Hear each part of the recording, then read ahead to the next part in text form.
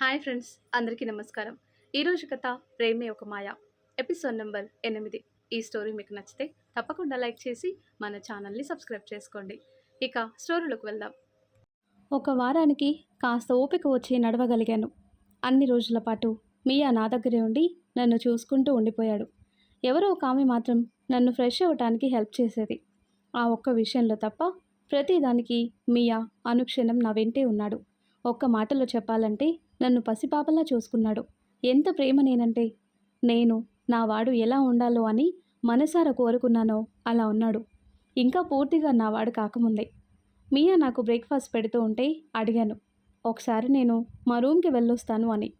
మొదటి సైలెంట్గా ఉన్నా, వెళ్దాం, నీతో పాటు నేను కూడా వస్తాను, అది ఇప్పుడు కాదు, నైట్ నేను చెప్తాను, అప్పుడు వెళ్దామని అన్నాడు మియా. నేనేం అడగలేదు ఎందుకు ఏంటి అని. అంత ఓపిక కూడా లేదు. తినగానే మియా సోఫాలో కూర్చోబెట్టాడు. కాసేపు ఉండు, వెంటనే పడుకోకు అని. మియా నా పక్కన కూర్చోగానే నేను మియా ఒడిలో తల పెట్టుకొని పడుకున్నాను. జరిగింది ఎంత మర్చిపోదామన్నా మర్చిపోలేకపోతున్నాను. అలా అని నా బాధని బయట పెట్టడం లేదు. ఎందుకంటే నా కోసమే ఉన్న నా మియాని ఇంకా బాధ పెట్టడం నాకు ఇష్టం లేదు. టాబ్లెట్స్ ఎఫెక్ట్కి మియా ఒడిలో ఉన్న సెక్యూర్ ఫీలింగ్తో వెంటనే మళ్ళీ నిద్రపోయాను. నైట్ నన్ను చాలా జాగ్రత్తగా పట్టుకొని మా రూమ్కి తీసుకెళ్లాడు మియా. అక్కడికి వెళ్ళగానే పార్టీకి వెళ్లే ముందు హడావిడిగా ఎక్కడ పెట్టేసినవి అక్కడే ఉన్నాయి. మనసు, పూజ ఆది జ్ఞాపకాలతో మూగరోదన అనుభవిస్తుంటే మియా వైపు చూసి మెల్లిగా రూమ్ అంతా తిరిగి చూశాను. నాకు అక్కడ టేబుల్పై పూజ తెచ్చిన ఆల్బమ్, నా డైరీ, ఇంకా నాకు కావాల్సినవి తీసుకొని మియా వెంట బయలుదేరాను, ఏం మాట్లాడకుండా. నైట్ మియా నిద్రపోయాక మెల్లిగా లేచి కూర్చున్నాను. నా డైరీ తీసుకొని యాక్సిడెంట్ జరిగిన తర్వాత నా బాధనంతా, నా మియా నా పట్ల చూపించిన ప్రేమనంతా ఇలా రాసి పెట్టుకుంటున్నాను. ఎందుకంటే ఇది నా జీవితం. నాకు ఏది అంత ఈజీగా దొరకలేదు చిన్నప్పటి నుండి. ఇకపై నా మియానే నా జీవితం. పూజ, ఆదిల జ్ఞాపకాలు నాకు కావాలి. వాళ్ళిద్దరూ అనుకోకుండా యాక్సిడెంటల్గా చనిపోయారు ఒకే రోజు అని మియా నాకు చెప్పాడు. ఇప్పటికీ చెప్తూనే ఉన్నాడు. నన్ను నిమిషం కూడా వదలకుండా ఉంటున్నాడు. తర్వాత నేను కొంచెం కోలుకున్నాక, నన్ను పెళ్లి చేసుకుంటావా ప్రియా అని అడిగాడు. నాకు చాలా నవ్వొచ్చింది మియా అలా అనగానే. ఎందుకలా నవ్వుతున్నావు అని అన్నాడు మియా. నీలాంటి రాజకుమారుడు అడిగితే ఎవరైనా ఎందుకు కాదంటారు మియా? నా సంగతి తెలిసి కూడా అడిగావు కదా, అందుకే నవ్వొచ్చింది. నీకు నాలాంటి వాళ్ళు దొరకటం ఏంటో నాకు తెలియదు, కానీ నాకు నువ్వు దొరకటం, నీ జీవితంలో నాకింత స్థానం ఇవ్వటం మాత్రం అని ఇంకేం చెప్పలేక కాసేపు ఆగి, నువ్వు కాదు నేను అడగాలి, నన్ను పెళ్లి చేసుకుంటావా మియా అని అడిగాను. చాలా హ్యాపీగా నన్ను హక్ చేసుకుని నా పెదవులపై చిన్న ముద్దు పెట్టుకొని నా వైపు చూశాడు నా మియా. రేపే మన పెళ్ళి, ఎవ్వరూ రారు, మనకి మనమే పెళ్ళి పెద్దలం, నువ్వు నేను చాలు కదా పెళ్లి చేసుకోవటానికి అని అన్నాడు మియా. మరి మీ ఇంట్లో అని అక్కడితో ఆపేశాను. వేటి గురించి ఆలోచించకుండా ప్రశాంతంగా నిద్రపో అని నన్నెత్తుకొని బెడ్పై పడుకోబెట్టి తను నా పక్కనే బెడ్పై వెనక్కి జరిగి కూర్చొనున్నాడు. నా తలపై నిమురుతూ కళ్ళు మూసుకొని ఏదో ఆలోచిస్తూ. డైరీ చదువుతున్న మానస నెక్స్ట్ పేజీ తిప్పి చూసింది. అది ఖాళీగా ఉంది. డైరీ అంతవరకే రాసింది, తర్వాత లేదు అని. అంటే రీతు, ప్రియా పెళ్లి చేసుకోవాలని అనుకున్నారు. మరుసటి రోజు మరి పెళ్లి చేసుకున్నారా? ఆ నెక్స్ట్ డేని రీతు పెళ్లి చేసుకున్న అమ్మాయి పేరు ప్రియానా? అంటే అప్పటి నుండి ప్రియా రీతు కోసం అలా హైడ్లోనే ఉందా? మరి డైరీ రీతు రూమ్లో ఎందుకుంది? అలా ఇంట్లో ఉంటే డేంజర్ కదా, ఎవరైనా చూస్తే ఇప్పుడు నేను చూసినట్టు. రే రీతు, నువ్వు నాకు దక్కలేదని చాలా బాధపడ్డాను, ఏడ్చాను ఇన్ని రోజులు. కానీ నువ్వు ప్రియాని పెళ్లి చేసుకుని ఫ్రెండ్స్ పెళ్ళి జరుగుంటుందని మానస ఫిక్స్ అయింది. అందులోనూ ఒకసారి మాయ దగ్గరికి వెళ్ళినప్పుడు చెప్పింది కదా మానసకి, నాకు ఆల్రెడీ పెళ్ళైపోయిందని. అందుకే మానస అలా ఫిక్స్ అయింది. ప్రియాని పెళ్లి చేసుకొని మంచి పని చేశావు. ప్రియాకి నీ తోడు అవసరం. నిజంగా తను చిన్నప్పటి నుండి ఎవరి ప్రేమకి నోచుకోకుండా పెరిగింది. తనని నువ్వు పెళ్లి చేసుకోవటమే కరెక్ట్. చాలా కష్టపడింది ప్రియా, తన వాళ్ళు అనుకున్న ఆదిత్య, పూజలని పోగొట్టుకొని. అలాంటి టైంలో ఒంటరిగా ఉన్న ప్రియకి అన్ని నువ్వే అయ్యావు. ఎలాంటి రెస్పాన్సిబిలిటీ లేకుండా ఫ్రీ బర్డ్లా తిరుగుతున్నావని అందరం అనుకున్నాం. కానీ ప్రియ బాధ్యత తీసుకొని తనతో ఒక కొత్త లైఫ్ స్టార్ట్ చేశావని మాకెవరికీ తెలియదు కదా. ఏదేమైనా సరే, ఇప్పటి నుండి నేను నీకు హెల్ప్ చేయాలి, అది ఏ రకంగా అయినా సరే. నువ్వు హ్యాపీగా ఉంటే నేను కూడా నీ హ్యాపీనెస్ చూసుకుంటూ బావుంటాను. ప్రేమించటం అంటే నువ్వు నాకు మాత్రమే దక్కాలి అని కాదు. నువ్వెలా ఉన్నా, నీ పరిస్థితి ఎలా ఉన్నా, ఎక్కడున్నా కూడా నీ సంతోషం నేను కోరుకోవాలి. నాకు ఇలానే ప్రేమించటం తెలుసు. ఇదెవరికైనా పిచ్చో, వెర్రో అని అనిపించవచ్చు. కానీ నీ సంతోషమే నా సంతోషం రా రీతూ. ఇప్పటికీ ఐ లవ్ యూ. కానీ నేను మీ ఇద్దరి మధ్యలోకి రాను. ఎప్పటికీ రాను. ఈ జన్మకి నువ్వు ప్రియాకే సొంతం. ఐ లవ్ యూ రా రీతూ అని తలకి తెలియకుండానే వస్తున్న కన్నిటిని తుడుచుకొని ఆ డైరీ మళ్ళీ రీతూ రూమ్లో పెట్టేయాలని అనుకుని తన బ్యాగ్లో పెట్టుకుంది మానస. మానస తన రూమ్ నుండి బయటికి వెళ్ళగానే హాల్లో దిగులుగా కూర్చున్నారు జయ, వినోద్ గారు. వాళ్ళని చూసి ఏమైంది అని అడిగింది మానస. ఏమైందో నువ్వే చెప్పాలి మానస. ఈ మధ్య నువ్వు అసలు ఏదోలా ఉంటూ నీలో నువ్వే ఎందుకో బాధపడుతున్నావని మాకు అనిపిస్తుంది. ఎన్నిసార్లు అమ్మ అడిగినా చెప్పటం లేదంట.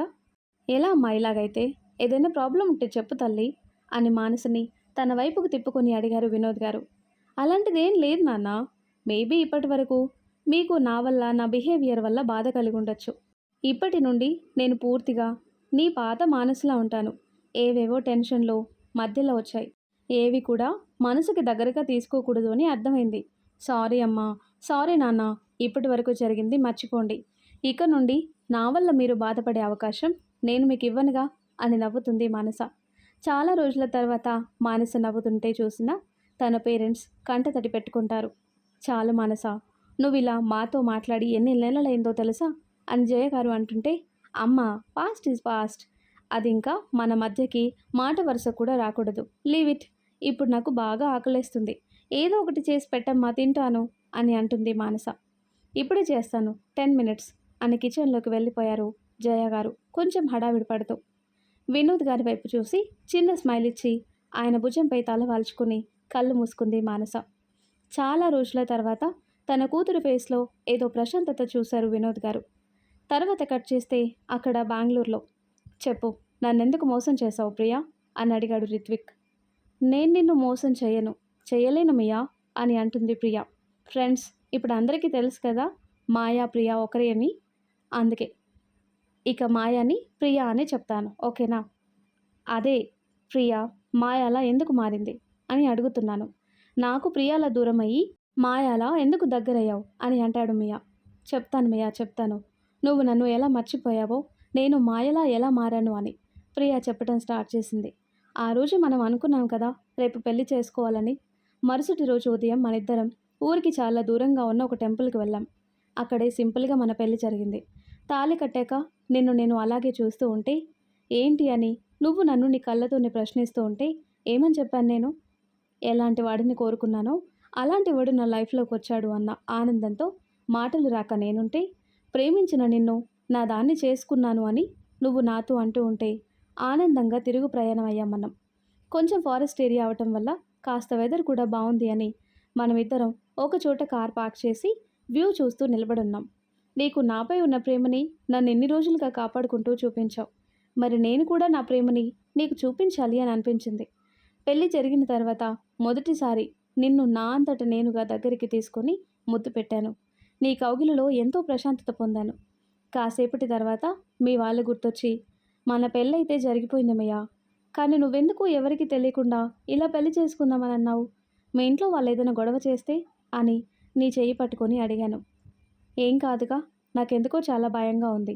మీరేమో బాగా డబ్బున్నోళ్ళు, నాలాంటి అనాథని మీ ఇంట్లోకి రానిస్తారా?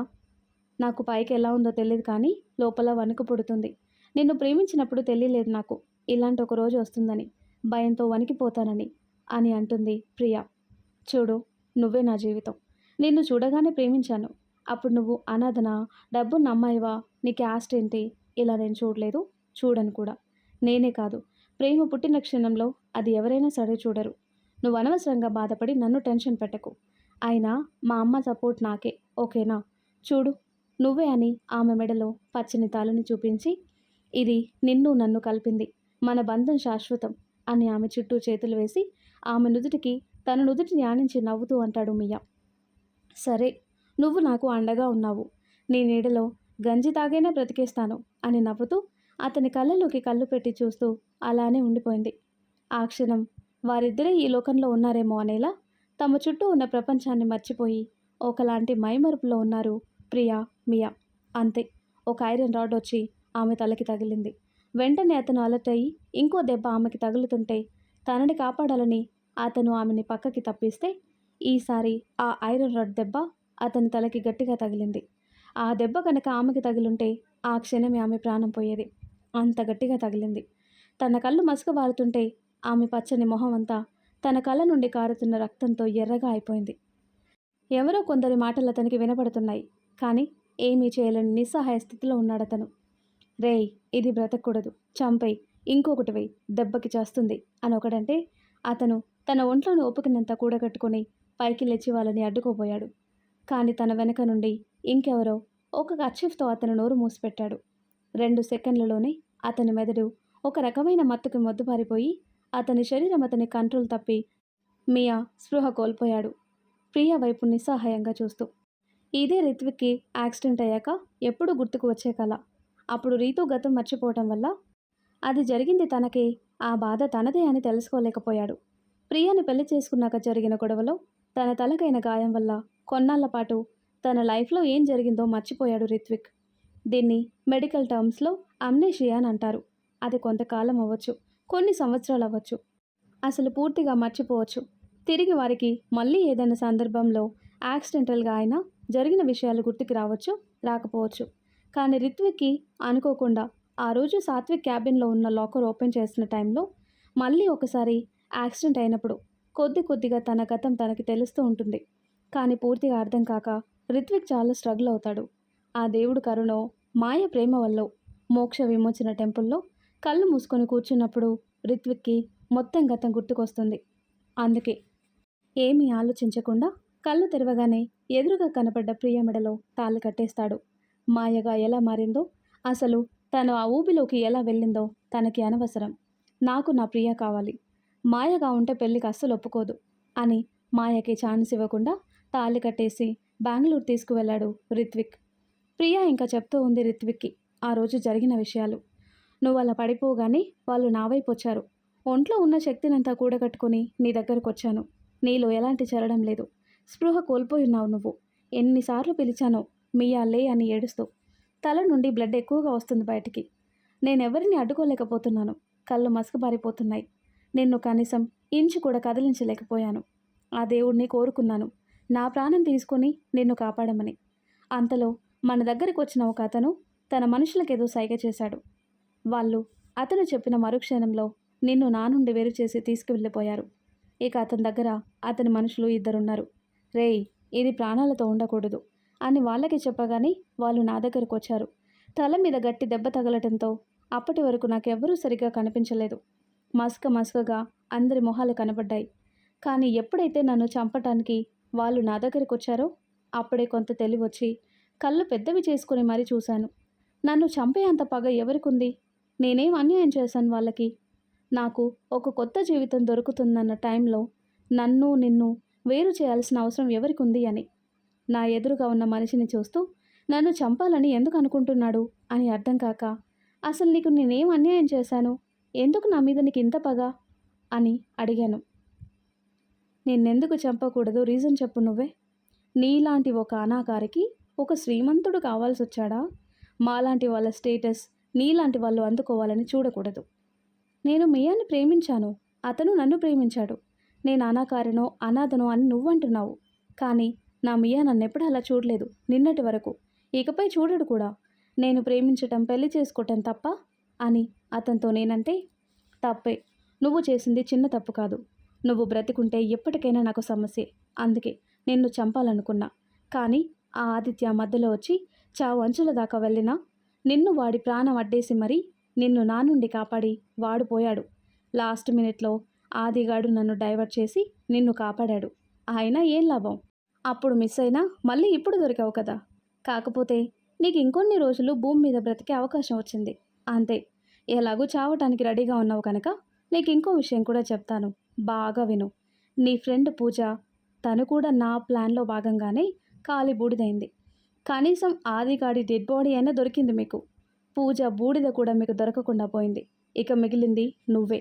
నువ్వు కూడా చావాలి అని అన్నాడు. అంటే ఆది చనిపోయింది యాక్సిడెంట్ వల్ల కాదా? నువ్వు చంపేశావా? ఎంత పని చేశావు? నేను ఆది పూజ చనిపోవటం వల్ల మళ్ళీ అనాథ అయ్యాను. దానికి కారణం నువ్వా? ఏం లాభం కోసం మా జీవితాలని ఇలా చిదిమేశావు? అనాథలమని మర్చిపోయి సంతోషంగా బ్రతుకుతున్న మా జీవితాల్ని ఎందుకు నాశనం చేశావు? పూజ, ఆది నీ వల్లే చనిపోయారని నాకు చెప్పి చాలా పెద్ద తప్పు చేశావు. నేనంటే నేను మాత్రమే కాదు, ప్రియ, పూజ, ఆదిత్య అనర్థం. నా ప్రాణాలని నువ్వు నా నుండి వేరు చేశావని సంబరపడకు.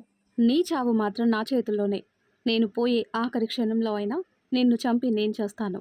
ఈ మాట గుర్తుపెట్టుకో అని ఆవేశంగా అంది ప్రియ అతనితో. అంతవరకు నువ్వు బ్రతికుండాలి కదా. నేను నిన్ను సింపుల్గా ఇంకో దెబ్బ వేసి చంపేస్తే సరిపోతుంది అని అనుకున్నా. కానీ నువ్వు నన్నే చంపుతా అని అంటున్నావు కదా. నువ్వు సుఖంగా చావటం ఇప్పుడు నాకు ఇష్టం లేదు. నిన్ను బ్రతికుండగానే చచ్చేలా చేస్తాను అని రేయ్ అని తన మనిషిని పిలిచి వాళ్ళతో చెప్పాడు ఇలా. రేయ్, దీన్ని తీసుకుని ముందు హాస్పిటల్లో జాయిన్ చేయండి. ఇది ఎలాగైనా బ్రతకాలి అని వాళ్ళ మనుషులకి చెప్పి తన కంట్రోల్లో ఉన్న హాస్పిటల్లో అడ్మిట్ చేశాడు. అప్పటికే నేను స్పృహ కోల్పోయాను. కానీ నా మైండ్ నిండా ఒకటే ఆలోచన. పూజ, ఆదిలని నాకు దూరం చేసిన వాడి చావు చూసే వరకు నన్ను బ్రతికించమని. కొన్నాళ్ళ తర్వాత నాకు మెలకువ వచ్చింది. వచ్చేసరికి నేను ఎక్కడున్నానో తెలుసా? ఏదో ఇంట్లో. నాకేమీ అర్థం కాలేదు. కొంత ఓపిక తెచ్చుకొని మెల్లిగా బెడ్ పై నుండి లేచాను. పైకి లేస్తూ చిన్నగా అడుగులో అడుగు వేస్తుంటే తలలో పెద్ద భారంగా అనిపించింది. కానీ నడవటానికి ప్రయత్నం చేస్తున్నా. మెల్లిగా అలా ఆ రూమ్ ఎంట్రన్స్ వరకు వెళ్ళాను. అప్పుడే ఎవరి మాటలు వినిపించాయి. రేయ్, దీనికి మనం ఎన్నాళ్ళు కాపలా ఉండాలి? స్పృహలోకి రావటం లేదు. ఇప్పటికే వారమైంది. ఏం చేయాలరా? దాన్ని చూస్తుంటే మతిపోతుంది. ఎంత అందంగా ఉంది. నాకైతే ఒక్క రాత్రైనా ఆ పిల్లతో ఉంది. ఎలాగూ ఏం గుర్తుకుండదు ఆ పిల్లకి. ఏం జరిగినా ఎవ్వరూ రారు. మనమే వారం నుండి ఉంటున్నాం. సార్కి ఆ పిల్లకి మెలకు వస్తే వేరే చోటికి తీసుకెళ్తారు. అంతలోపు మన పని కానిద్దాం, ఏమంటావు అని ఒకడు ఇంకొకడితో అన్నాడు. ఏందిరా మన పని అంటున్నావు? ఆ పిల్ల మీద మోసపడింది నువ్వు, నేను కాదు అని అన్నాడు ఇంకొకడు.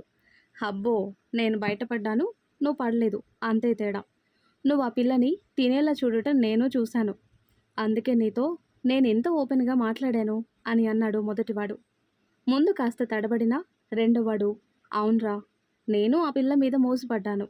ఆ రోజు సార్ చేతిలో ఈ పిల్ల ఎక్కడ చేస్తుందో అని కొంచెం బాధపడ్డాను. ఇంత అందమైన పిల్లని చేసుకున్నవాడు ఈ పిల్ల అందాలు అందుకోకుండానే పోయాడు. అది వాడి దురదృష్టం. కనీసం మనకైనా ఆ ఛాన్స్ ఉంది. పైగా ఆ పిల్లకి తెలివి రాలేదు. మన పని జరిగిపోతుంది. అడిగేవాడు కూడా లేడు. కానీ ఇప్పుడు ఇక్కడ కుదురుతుందా అని అంటాడు రెండోవాడు. నాకు తెలుసురా నీ బుద్ధి. మొదట ఉత్తముడిలా మాట్లాడి మెల్లగా లైన్లోకి వచ్చావు.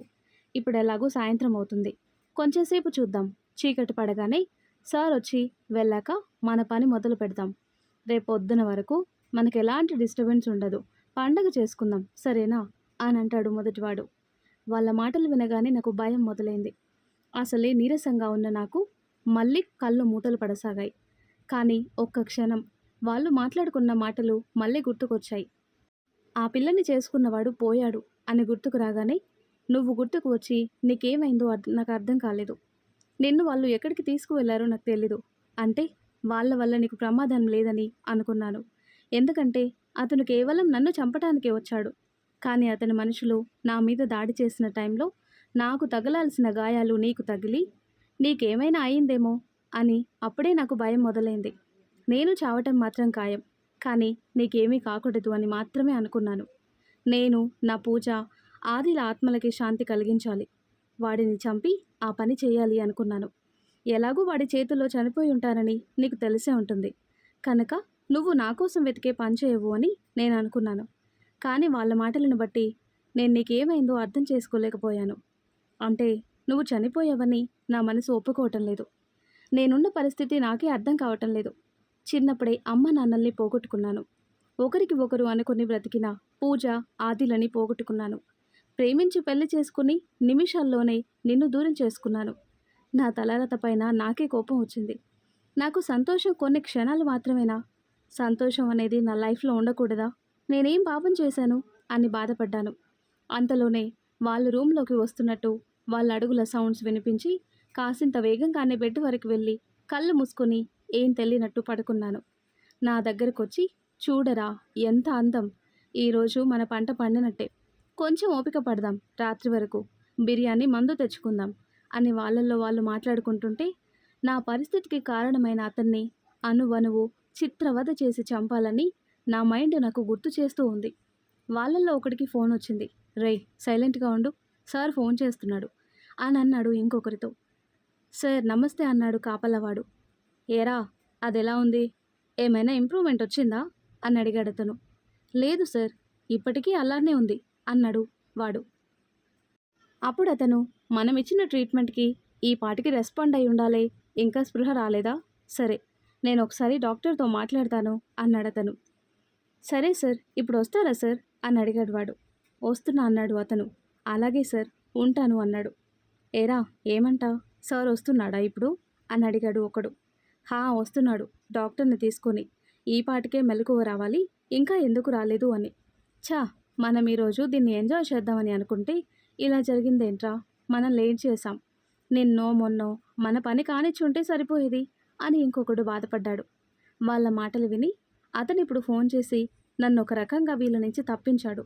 లేకపోతే ఈ వెధవలిద్దరూ నాపై పడితే కనీసం పక్కకి తోసే ఓపిక కూడా నాకు లేదు. అలా ఉంది నా పరిస్థితి అని అనుకున్నాను. కాసేపటికి అతను వచ్చాడు డాక్టర్ని తీసుకుని. నాకు తెలుస్తూనే ఉంది, కానీ శరీరంలో ఓపిక లేక అలానే కళ్ళు మూసుకొని పడుకున్నాను. డాక్టర్ చూసి, బాగా హార్డ్గా తగిలింది తలకి దెబ్బ. కొంతమంది వీక్గా ఉండటం వల్ల ఇంకాస్త లేట్గా ట్రీట్మెంట్కి రెస్పాండ్ అవుతారు. నో ప్రాబ్లం, రేపటి వరకు చూద్దాం, స్పృహలోకి వస్తుందేమో, లేకుంటే ట్రీట్మెంట్ చేంజ్ చేస్తాను అని అన్నాడు డాక్టర్. ఓకే, మీరు వెళ్ళండి, నాకు కొంచెం పనుంది, చూసుకుని వస్తాను అని డాక్టర్ని అక్కడి నుంచి పంపించాడు అతను. సార్, ఈమె వచ్చినప్పటి నుండి అలానే ఉంది, ఏం చేద్దాం సార్ అని అన్నాడు నాకు కాపలాగా ఉన్న ఒకడు. ఇది ఇలా పడుకున్నంత వరకే సేఫ్. ఒక్కసారి మెలకు వచ్చాక అసలు నేను ఎందుకు బ్రతికున్నానా అని బాధపడాలి అని అన్నాడు తను వాళ్ళతో. అర్థం కాలేదు సార్, ఈమెను ఇక్కడే చంపేస్తే మీ పగ తీరుతుంది కదా సార్, ఇంకా ఎందుకు వెయిట్ చేస్తున్నారు అని అన్నాడు ఒకడు అతనితో. నిజమేరా, ముందు నేను కూడా అలాగే అనుకున్నా, కానీ దానికి నేను చస్తున్నా అని తెలిసినా కూడా నన్నే చంపుతా అని అంది. చస్తున్నా కూడా దీని పొగరు తగ్గలేదు. అందుకే దీన్ని బ్రతికుండగానే నరకం చూపించి తనకి తానే ఆత్మహత్య చేసుకునేలా చేస్తాను అని అన్నాడు అతను. అంటే అర్థం కాలేదు సార్ అని అన్నాడు ఒకడు. చెప్తా అని పంకజం అని పిలిచాడు అతను. అదే నా పాలిట రాక్షసుడు సాత్విక్. అతని పిలుపు వినగానే అక్కడికి వచ్చింది ఒక ఆమె, పేరు పంకజం. ఇదిగో చూడవే పంకజం, ఈ పిల్ల గురించే నేను నీకు చెప్పింది, బాగా చూసుకో, ఎలా ఉంది పిల్ల అని అన్నాడు సాత్విక్ పంకజంతో. అబ్బో అబ్బో, ఏముంది పిల్ల, నువ్వు చెప్తుంటే ఏమో అనుకున్నాను, కానీ బావా పిల్ల భలేగుంది. నా దగ్గరున్న అమ్మాయిల్లో ఈ పిల్ల కాని చేరితే ఈ పిల్ల 1 నెల సంపాదనతో నేను బంజారా హిల్స్లో కోట్లు పెట్టి మరీ ఫ్లాట్ కొనేయచ్చు బావా అని అంది పంకజం అతనితో ఆనందంగా. నేను నీకిచ్చే బర్త్డే గిఫ్ట్ ఈ పిల్లే, తీసుకుపో అని అన్నాడు సాత్విక్. ఈ పిల్ల మెలకువలో లేదు కదా బావా, లేచాక మనకి తగ్గట్టు మారుతుందా అని అంది పంకజం. ఏంటే కొత్తగా మాట్లాడుతున్నావు, కొత్త పిట్టల్ని నువ్వెలా లొంగ తీసుకుంటావో మర్చిపోయావా ఏమైనా అని అన్నాడు సాత్విక్. అంటే వేరే అమ్మాయిలు వేరు, ఈ పిల్ల వేరు. ఈ పిల్ల మీద బలవంతంగా చేయి వేస్తేనే ఆ అచ్చులు పోవటానికి 2 రోజులైనా పడుతుంది, అలాగుంది ఈ పిల్ల, అందుకే అడిగాను అని అంది పంకజం. ఇంతకీ ఈ పిల్ల పేరు, ఊరు ఏంటి బావా అని అడిగింది పంకజం. అవన్నీ అనవసరం, నీకు నచ్చిన పేరు పెట్టుకో, నీకు నచ్చిన చోట బిజినెస్ చేసుకో, కానీ ఈ పిల్ల మాత్రం అందరి చేతుల్లో నలిగిపోవాలి, కానీ బ్రతికే ఉండాలి, అది మాత్రం గుర్తుపెట్టుకో. ఈ పిల్లని అడ్డు పెట్టుకుని బాగా వెనకేసుకో, నీకింత లాభం తెచ్చిపెట్టిన నన్ను మాత్రం మర్చిపోకు. ఈ పిల్ల నీ కంట్రోల్ నుండి తప్పించుకుంది అనంటే మరుక్షణం నువ్వు చేస్తావు. ఈ విషయం బాగా బుర్రలోకి ఎక్కించుకొని బుద్ధిగా సంపాదించుకో, అర్థమైందిగా అని అన్నాడు సాత్విక్. అలాగే బావా అని వెంటనే ఫోన్ చేసింది ఎవరికో. వాళ్ళు సరే అన్నారు ఆమెతో. బావా నా మనుషులకి చెప్పాను, వాళ్ళు రాగానే ఈ పిల్లని తీసుకుని వెళ్తాను అనంది పంకజం. సరే, నువ్వు దీన్ని తీసుకుపోయేంత వరకు నేను ఇక్కడే ఉంటా. దీని జీవితం నాశనం అయ్యే వైపు పడే తొలి అడుగు నేను చూడకుండా ఉంటే ఎలా అని అన్నాడు సాత్విక్. వాళ్ళ మాటలు విన్న నాకు గుండె పగిలినంత పనైంది. అంటే నన్ను బజారు మనిషిని చేయటానికే సాత్విక్ నన్ను బ్రతికించాడని అర్థమైంది. అలా అయితే ఒక పక్క ఇక జన్మలో నేను బ్రతికుండగా నీ దగ్గరికి రాలేను, నీకు నా మొహం చూపించలేక నీ భార్య అనే బంధంతో నీ దగ్గరికి చేరలేక నీకు దూరంగా ఉండి కుమిలి కుమిలి ఏడుస్తూ, ఇంకో పక్క రోజుకో విటుడి చేతిలో నలిగిపోతూ నరకం చూడాలి అని సాత్విక్ వేసిన ప్లాన్కి అదిరిపోయాను నేను. నేను పైకి లేచి అక్కడి నుండి పారిపోవాలని అనిపించింది. కానీ అంతకుముందే డాక్టర్ వేసిన ఇంజెక్షన్ వల్ల వేలు కూడా కదపలేకపోయాను. కానీ వాళ్ళు మాట్లాడే ప్రతి మాట నాకు వినిపిస్తుంది. ఏమీ చేయలేని నిస్సహాయ స్థితిలో ఉండిపోయాను నేను. పంకజం మనుషులు రాగానే నన్నెక్కడికో తీసుకెళ్తున్నారని మాత్రం అర్థమవుతుంది. కానీ నా కండిషన్కి నేను కళ్ళు కూడా తెరవలేకపోయాను. నన్ను వెహికల్లోకి షిఫ్ట్ చేసే ముందు కూడా అన్నాడు సాత్విక్, పంకజం జాగ్రత్త, అది చావకూడదు. నేనెప్పుడొస్తే అప్పుడు దాన్ని నాకు చూపించాలి. లేదంటే తెలుసు కదా, నిన్ను సింపుల్గా లేపేస్తాను అని గట్టిగా ఇంకోసారి ఆమెకి వార్నింగ్ ఇచ్చినట్టే అన్నాడు. లేదు బావా, నీ దగ్గర నా ఆటలు సాగవని నాకు తెలుసు కదా. నువ్వెలా చెప్తే అలా ఈ పిల్లని తయారు చేస్తాను అని కొంచెం గట్టిగానే చెప్పి తర్వాత మెల్లిగా అతని దగ్గరగా వెళ్ళి, నువ్వేమైనా ఈ పిల్లని ఈరోజో రేపో అనంటే నీ మోజు తీరిన తర్వాత నేను మిగిలిన వాళ్ళ దగ్గరికి పంపిస్తా అని అనింది పంకజం. లేదు, నాకు దీని మీద మోజు లేదు, పగ కోపం ఉన్నాయి. ఇది ఏడుస్తూ కన్నీళ్లు కారుస్తూ నీ కాళ్ళ కింద చెప్పులా పడుండాలి. అది చూసి నేను నవ్వాలి. దీనికి తిండి నీళ్లు కూడా ఇవ్వకు, ఎవరి దగ్గరైనా ఉండని, రోజుకు మాత్రమే దీనికి తినటానికి ఏదైనా ఇవ్వు, లేదంటే ఆ రోజుకి ఇది పస్తులుండాలి అని వార్నింగ్ ఇచ్చేసి సాత్విక్ అక్కడి నుండి వెళ్ళిపోయాడు. నా బతుకు ఇలా నాశనం కావటానికి రెడీగా ఉందని అసలు నేను ఎందుకు బ్రతికుండాలి అని అనిపించింది. ఈ బ్రతుకు బ్రతికే కంటే చావటం నయం అనిపించింది. నన్ను షిఫ్ట్ చేసిన వెహికల్ స్టార్ట్ అయింది. అలా నేను వెహికల్లో ఉండగానే వాళ్ళల్లో ఒకడు పంకజంతో, అక్క, ఈ పిల్ల భలే ఉంది, చూస్తే మెడలో తాళి ఉంది, కొత్త పెళ్లి కూతురేమో, ఈ పిల్ల మొగుడేమయ్యాడు, ఈ పిల్లకి ఆ సార్కి ఏంటి సంబంధం అని అడిగాడు. అవన్నీ మనకు తెలియవురా, మనది బిజినెస్. మనకి ఈ పిల్ల కొత్త పెళ్లి కూతురు అయితేనేమి, పిల్ల తల్లైతేనేమి ఆడది, అది చాలంతే మనకు కావాల్సింది. ఇక ఈ పిల్లనిచ్చిన అతని గురించి నువ్వెంత తక్కువ తెలుసుకుంటే అంత మంచిది.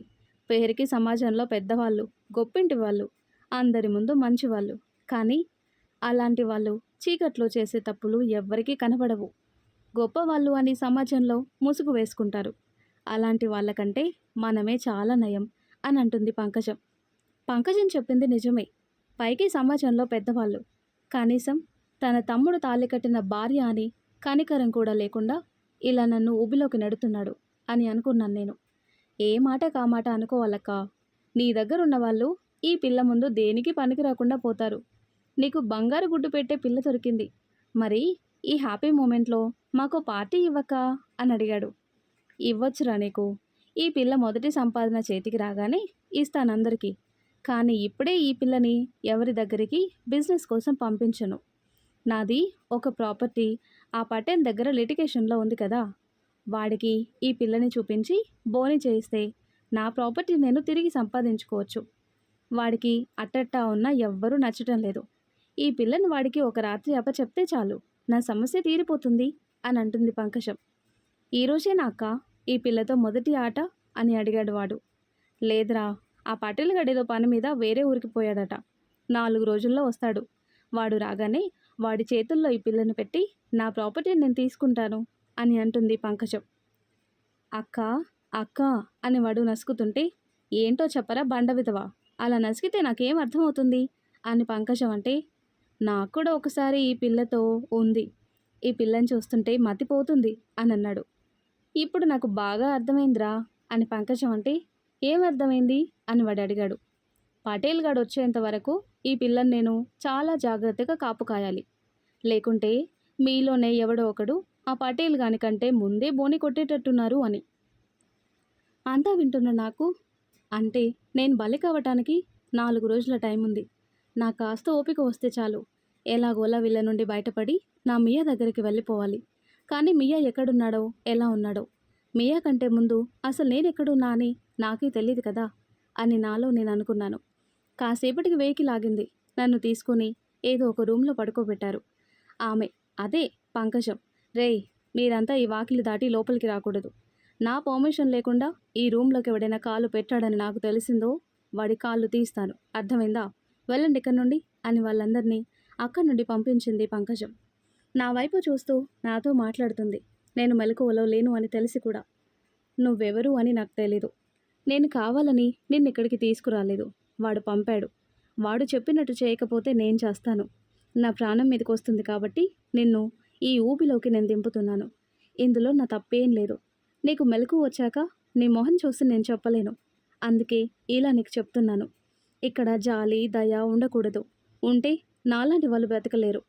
కానీ నిన్ను చూస్తుంటే నాకు బాధగా ఉంది. అయినా నీ విషయంలో నేనేం చేయలేను అని నాకు చెప్పుకొని డోర్ క్లోజ్ చేసి వెళ్ళింది పంకజం. ఎవరూ అక్కడ లేరని నాకు అర్థమయ్యి మెల్లిగా కళ్ళు తెరవటానికి ప్రయత్నం చేశాను. కానీ అసలు పూర్తిగా తెరవలేకపోయాను. డాక్టర్ ఇచ్చిన మెడిసిన్ ఎఫెక్ట్ కొద్ది కొద్దిగా తగ్గటం మొదలైంది. కాసేపటికి మెల్లిగా కళ్ళు తెరిచి చుట్టూ చూశాను. చూడటానికి బాగా కాస్ట్లీ అట్మాస్ఫియర్. రూమ్ కూడా బాగా రిచ్గా ఉంది. లేచి నిలబడాలి అని ట్రై చేశాను. కానీ లేవలేకపోయాను. కాసేపటికి ఎవరో వచ్చినట్టు సౌండ్ వస్తే కళ్ళు మూసుకొని పడుకున్నాను. వచ్చింది పంకజం అని అర్థమైంది మాటలను బట్టి. ఏదో ఫోన్ కాల్ మాట్లాడుతూ వచ్చింది. కాసేపు నా దగ్గరే కూర్చుని మాట్లాడి వెళ్ళింది. ఆమె మాట్లాడుతున్నంతసేపు కాస్త కంగారుగానే అనిపించింది. ఇంతకుముందు నన్ను తీసుకొని వచ్చేటప్పుడు మాటల్లో ఉన్న రఫ్నెస్ ఇప్పుడు లేదు. ఎంతో వినయంగా, సౌమ్యంగా మాట్లాడి వెళ్ళింది. ఎవరో ఏమో అవతల, నాకు తెలీదు. మరుసటి రోజు ఉదయం నాకు మెలకువ వచ్చి కాస్త ఓపిక వచ్చింది లేవటానికి. అప్పుడే నా మెదడులో ఒక ఆలోచన వచ్చింది. అది తప్ప ఒప్ప ఇక అనవసరం. అదృష్టం ఉంటే కలిసొస్తుంది అని ఒక నమ్మకం కలిగింది నాకు. అందుకే అది ఇంప్లిమెంట్ చేయాలి అని అనుకున్నాను. దానికి ఇంకో కారణం కూడా ఉంది. అవకాశం కనుక దొరికితే పూజ, ఆదిల ఆత్మకి శాంతి కలిగించే మార్గం నాకు దొరికినట్టే. ఇక నీ విషయానికొస్తే నేను పవిత్రంగా ఆ ఊబి నుండి బయటపడితే నీ దగ్గరికి రావాలి. లేకపోతే జన్మలో నేను నీకు కనిపించకూడదు అని అప్పటికప్పటి నిర్ణయం తీసుకున్నాను. నీకు క్షమాపణ చెప్తూ రూమ్లోకి వచ్చింది పంకజం మళ్ళీ ఫోన్ మాట్లాడుతూ. తన వాయిస్ నేను అంతకు ముందే విన్నాను కానీ చూడలేదు కదా. నన్ను చూడగానే తనకేం మాట్లాడాలో అర్థం కాలేదనుకుంటా. అందుకే కాస్త తటపటాయించింది. నేను మాత్రం ఏ విధమైన కంగారు నా ఫేస్లో చూపించకుండా నాకు ఎదురుగా ఉన్న పంకజం దగ్గరికి పరిగెత్తుకొని పోయి అమ్మా అని తనని హక్ చేసుకుని ఏడ్చేశాను. నన్ను వదిలి ఎక్కడికి వెళ్ళావు? నాకేమైంది? తల నొప్పిగా ఉంది అని పంకజానికి ఏం ఆలోచించే టైం ఇవ్వకుండా నాకు ఎలా అనిపిస్తే అలా, ఒక కూతురు తిరిగి తన తల్లి దగ్గరికి చేరిన తర్వాత ఎలా ఉంటుందో అలా, ఏదో సినిమాలో చూసినట్టు నాకు గుర్తుకొచ్చి అలానే చేశాను. నా చేతులకి షాక్ అవటం పంకజం వంతైంది. నన్ను చూస్తూ బొమ్మలా నిలబడిపోయింది.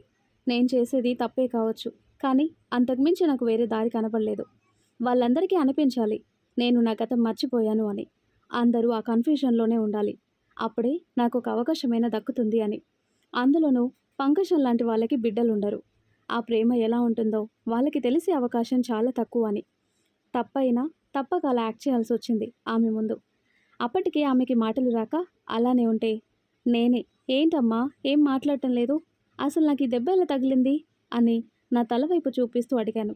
మళ్ళీ అంతలోనే అమ్మా నాకు బాగా ఆకలిగా ఉంది, నువ్వు నాకు ఇష్టమైన టిఫిన్ చేసి పెట్టమ్మా తింటాను అని అడిగాను. పంకజానికి ఏం చేయాలో తెలియక ఏదో ఆలోచిస్తూ హా తెస్తాను, ముందు నువ్వు ఫ్రెష్ అయ్యిరా అని నన్ను వాష్రూమ్కి పంపించి హడావిడిగా బయటికి పోయింది. వెళ్తూ వెళ్తూ ఫోన్ చేస్తూ ఎవరికో. నేను స్నానం చేసి వచ్చేసరికి టిఫిన్ పంపింది ఎవరో ఒక అమ్మాయితో. నేను కావాలని మా అమ్మేది అని అడిగాను. ఆ అమ్మాయి నా వైపు చిత్రంగా చూసి మీ అమ్మనా, ఇక్కడెవరూ లేరు అని చెప్పింది. అంతే, వెనక ముందు చూడకుండా ఆ అమ్మాయి చెంప చెల్లు అనిపించాను నేను. ఆ అమ్మాయికి మనసులోనే సారీ చెప్పి. ఆ అమ్మాయి నా పిచ్చి చేష్టలకి భయపడి పరిగెత్తుకుంటూ బయటికి పోయింది. తిరిగి పంకజంతో కలిసి వచ్చింది. కాసింత బెదురుగా తన చెంప మీద చేయి వేసుకుని అమ్మా చూడు, ఈ పిల్ల నువ్వు లేవని అబద్ధం చెప్పింది, రా అమ్మా అని పంకజాన్ని నా దగ్గరికి పిలిచాను. కొంత అయోమయంగా వచ్చిన పంకజాన్ని చూస్తూ నేను టిఫిన్ ప్లేట్ తీసుకుని తింటూ ఆమెని చూస్తూ ఉన్నాను. అప్పుడప్పుడు ప్రస్తుతానికి నాకు ఆమె నుండి ఎలాంటి హాని లేదు కదా. ఆమె చెప్పినట్టు ఆ పటేల్ గారు రావటానికి ఇంకా టైం ఉంది కనుక నేను తింటూ నువ్వు తిన్నావా అని అడిగాను. లేదు, నువ్వు తిన్నాక తింటాను అని చెప్పింది. నేను తినేసి ఇంకో ప్లేట్ తీసుకొని ఆమెకి పెట్టి తినమనిచ్చాను. ఇప్పుడు పంకజం నిజంగానే నేనేం చెప్తే అలా చేసుకుపోతుంది. తినమంటే తినింది నా ఎదురుగానే. తర్వాత టాబ్లెట్స్ తెచ్చిచ్చింది వేసుకోమని. ఎందుకు అని నేను అడిగితే నీకు తల మీద పెద్ద దెబ్బ తగిలింది కదా, అది త్వరగా మానిపోవటానికి అంతే అని చెప్పింది. నువ్వు చెప్పావు కాబట్టి వేసుకుంటాను అని అన్నా నేను. అంతేకాదు నువ్వు ఇక్కడే ఉండు, నాకు నిద్ర వస్తుందని చెప్పి టాబ్లెట్స్ వేసుకొని పడుకున్నాను. ఆమె చేయి పట్టుకొని ఆమె కూడా నా దగ్గరే కూర్చుంది ఏం మాట్లాడకుండా. తన వెంట వచ్చిన అమ్మాయికి చెప్పింది అక్కడి నుండి వెళ్ళమని సైగతోనే. అన్నీ అబ్జర్వ్ చేస్తూ ఉన్నాను నేను. ఎప్పుడైనా పంకజం నా వైపు చూస్తే చిన్ని స్మైల్ ఇస్తూ. అలా ఒకరోజు టైం స్పెండ్ చేశాను. నేను నిద్రపోయానని అనుకొని అక్కడి నుండి ఫోన్ చేసింది అతనికి. అదే నాకు ఈ గతి పట్టించిన ఆ సాత్విక్ అనే రాక్షసుడికి. ఏంటి పంకజం అన్నాడు సాత్విక్. బావా, నువ్వు నా దగ్గరికి పంపించిన పిల్లకి మతి తప్పింది. చూస్తుంటే గడ్డి దెబ్బల వల్ల తనెవరో మర్చిపోయినట్టుంది. పిచ్చి చేష్టలుగా ఉన్నాయి ఈ పిల్ల పనులు అని చెప్పింది. అప్పుడు సాత్విక్, మంచిదే, నా పని ఇంకా సులువైంది.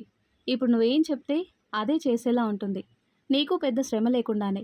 కాకపోతే దానికి గతం మర్చిపోకుండా ఉంటే నరకం చూసేది. దాని అదృష్టం ఇలా కలిసొచ్చింది. తానెవరో మర్చిపోయింది అంటే దాని పెళ్లి సంగతి కూడా మర్చిపోయి ఉంటుంది. నాకు ఇలా కూడా ఒక రకంగా ఒక మంచి జరిగింది. ఇప్పుడు అది బ్రతికున్నా చచ్చినా నాకొక్కటే. నువ్వు నా చేతిలో నుండి సేవ్ అయ్యావు. అది ఏడుస్తూ నరకం చూడాలి అని అనుకున్నా. తప్పించుకోవడానికి ట్రై చేస్తుంటే నీకు నా నుండి ప్రాబ్లం వస్తుంది. చెప్పానుగా ముందే నీకు నీ ప్రాణాలు పోతాయని. ఇప్పుడు దానికి ఏం గుర్తుకు లేదు కనుక అది ఎక్కడికి పోలేదు.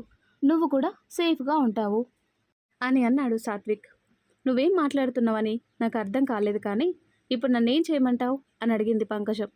ఏం చేయమంటావు అని అడుగుతున్నావెందుకు? చక్కగా దాంతో బిజినెస్ చేసుకో అన్నాడు సాత్విక్. ఈ పిల్లకి తానెవరో తెలియదు, నేను చెప్పినట్టు వింటుందా అని అంది పంకజం. చెప్పవే, నువ్వు చేసే పని ఇదే అని దానికి వింటుంది. ఇది కూడా నేనే చెప్పాలా? అసలే అన్నీ మర్చిపోయి ఉంది కదా, నమ్ముతుంది నువ్వు చెప్పింది. నీకు కూడా ఏ కష్టం లేకుండా పని జరిగిపోతుంది. సరేనా? ఉంటాను, నాకు మీటింగ్ ఉంది అని సాత్విక్ కాల్ కట్ చేశాడు. ఆలోచనలో పడింది పంకజం. అంతా వింటూ ఉన్నాను నేను, కళ్ళు మూసుకొని పడుకున్నట్టు. ఇప్పుడు ఏం చేయాలి? చూస్తుంటే పంకజాన్ని బోల్తా కొట్టించినట్టే ఉన్నాను. కానీ ఇక్కడి నుండి ఎలా బయటపడాలి? అసలే టైం తక్కువగా ఉంది. మహా అయితే ఇంకో 2 రోజులు. ఎలా ఎలా భగవంతుడా, నువ్వే నాకు ఒక దారి చూపించు. నా అన్న వాళ్ళకి దూరం అయ్యి మళ్ళీ అనాథలా మారకుండా నన్ను నా మియ దగ్గరికి చేర్చు స్వామి అని నా మనసులోనే కోరుకున్నాను. టాబ్లెట్స్ ఎఫెక్ట్కి మెల్లిగా నిద్రపోయాను నేను. తెల్లారేసరికి పంకజం హడావిడిగా ఉంది. నేను నిద్ర లేచిన టైంకి ఎందుకో నాకు అర్థం కాలేదు. కానీ ఒక పక్క సంతోషంగా ఉంది, ఇంకో పక్క టెన్షన్గానూ ఉంది పాపం. నేను ఆమెని చూస్తూ, ఏమైందమ్మా, ఎందుకు అలా ఇలా ఊరికే తిరుగుతున్నావు అని అడిగాను. పాపం ఏమనుకుందో తెలియదు కానీ, ఏం లేదు బంగారు తల్లి, నీకో సర్ప్రైజ్, త్వరగా రెడీ అయ్యిరా అని ఒక అమ్మాయిని పిలిచింది లోనికి. అదే నిన్న నాతో చెంపదెబ్బ తిన్న పిల్లని. ఆ అమ్మాయి హెల్ప్తోనే రెడీ అయ్యి కూర్చున్నాను సోఫాలో. పంకజం నా పక్కనే కూర్చొని, చూడమ్మా, ఇప్పుడు నీకో సర్ప్రైజ్ అని చెప్పాను కదా. హా అవును, ఏంటి అది, త్వరగా చెప్పు అని అడిగాను నేను. ఈరోజు మీ అమ్మమ్మ, అదే మా అమ్మ, మన ఊరు నుండి వస్తుంది. తను అసలు ఇక్కడికి ఎప్పుడూ రాదు. నా మీద కోపం ఆమెకి, ఇష్టం లేని పెళ్లి చేసుకున్నానని. అందుకే ఇలా ఇన్ని సంవత్సరాల పాటు నాతో మాట్లాడకుండా ఉంది. ఇప్పుడు తనకి మనల్ని చూడాలని ఉంది అని తెలిసి నాకు కబురు పంపింది. నాకు చాలా సంతోషంగా ఉంది. ఇన్ని సంవత్సరాల తర్వాత వస్తుంది మన కోసం, మనల్ని చూడటానికి. అమ్మమ్మ వచ్చినప్పుడు బుద్ధిగా ఉండు, ఇప్పుడు ఎలా ఉన్నావో అలానే. నేనంటే నీకు చాలా ఇష్టం కదా, అమ్మమ్మకు కూడా నువ్వంటే చాలా ఇష్టం. ఈరోజు మనల్ని చూడటానికే వస్తుంది, సరేనా అని కొన్ని జాగ్రత్తలు చెప్పింది. ఆమె నాకు తన తల్లి దగ్గర ఎలా ఉండాలో. సరే, నువ్వెలా చెప్తే అలా ఉంటాను, నువ్వేం టెన్షన్ పడకు అని నా ఫేస్ మీద ఒక ఫేక్ నవ్వు పోసుకొని చెప్పాను. ఓకే, అమ్మమ్మ ఇంకో గంటలో వస్తుంది, రెడీగా ఉండు, మనం కొత్త ఇంటికి వెళ్దాం అని రూమ్ నుండి బయటికి వెళ్ళింది. అంటే నేను ఇక్కడ నుండి ఇంకో ప్లేస్కి షిఫ్ట్ అవ్వబోతున్నానా? కనీసం బయటికి వెళ్తే కానీ అసలు నేను ఎక్కడున్నానో తెలుస్తుంది. నా మియాకి ఎంత దూరంలో ఉన్నానో ఏమో అని అనుకున్నాను నేను. మరి ఆ తర్వాత ఏం జరుగుతుందో నెక్స్ట్ వీడియోలో తెలుసుకుందాం. ఫ్రెండ్స్, మన రైటర్ గారి నుండి ఒక చిన్న మెసేజ్. ముందుగా అందరికీ సారీ. ఆడవారి పట్ల గౌరవం లేదు అని అనుకోకండి. ఇది కేవలం ఒక కల్పిత కథ. మాయ లాంటి ఎంతోమంది ఒంటరి ఆడపిల్లలు సమాజంలో ఇలా బలైపోతున్నారు కొందరి చేతుల్లో. ఆ ఉద్దేశంతోనే ఇలా రాశాను, అర్థం చేసుకోగలరు ఫ్రెండ్స్. సో మీరంతా తప్పకుండా అర్థం చేసుకుంటారని నేను అనుకుంటున్నాను. మరి స్టోరీ ఎలా ఉందో తప్పకుండా మీ అభిప్రాయాన్ని కామెంట్ చేయండి. ఈ స్టోరీ నచ్చితే వీడియో లైక్ చేసి మన ఛానల్ని తప్పకుండా సబ్స్క్రైబ్ చేయండి. Thanks for watching.